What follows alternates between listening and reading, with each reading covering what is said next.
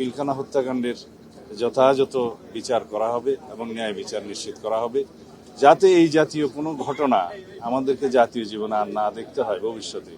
সেজন্য যে সমস্ত পদক্ষেপ নেওয়া জরুরি, সমস্ত পদক্ষেপগুলো আমরা নেব ইনশাআল্লাহ। বাংলাদেশের স্বাধীনতা সার্বভৌমত্ব রক্ষার্থে যারাই জীবন দিয়েছেন তারা চিরস্মরণীয়, চিরভাস্বর। এই পিলখানা হত্যাকাণ্ড শুধু বাংলাদেশে নয়, পৃথিবীর নৃশংস হত্যাকাণ্ডগুলোর মধ্যে অন্যতম। এই জঘন্য হত্যাকাণ্ডের পিছনে কি উদ্দেশ্য ছিল তা খুঁজে বের করার জন্য তৎকালীন সরকার দুটো কমিটি করেছিল, যার কমিটির রিপোর্টগুলো শেষ পর্যন্ত প্রকাশিত হয়নি। গত অন্তর্বর্তীকালীন সরকারের সময়ে একটা স্বাধীন জাতীয় তদন্ত কমিশন গঠন করা হয় এবং সেই কমিশনের রিপোর্ট আমাদের সামনে এসছে। আমরা সরকারে এসেছি জনগণের ম্যান্ডেট নিয়ে অল্প কিছুদিন হলো। তার আগে ইন্টারিম গভর্নমেন্টের সময় এই রিপোর্ট তারা হাতে পেয়েছে। সেই রিপোর্ট বাস্তবায়নের জন্য তেমন কোনো পদক্ষেপ নেওয়া হয়নি।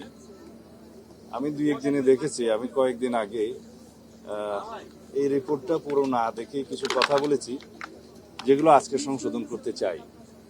আমরা নতুন করে কোনো তদন্ত কমিশন করব না, যেহেতু জাতীয় একটা স্বাধীন তদন্ত কমিশন গঠিত হয়েছে এবং তারা দক্ষ উপযুক্ত ব্যক্তিদের দ্বারাই গঠিত হয়েছিল।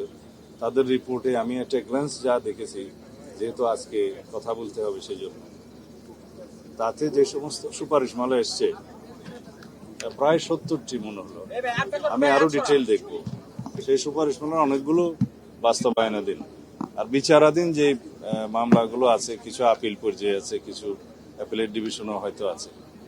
এই জুডিশিয়াল প্রসেসটা সমাপ্ত করা হবে। আর অন্যান্য যে সমস্ত রিকমেন্ডেশনস আছে এগুলো আমরা ধাপে ধাপে বাস্তবায়ন করব ইনশাআল্লাহ।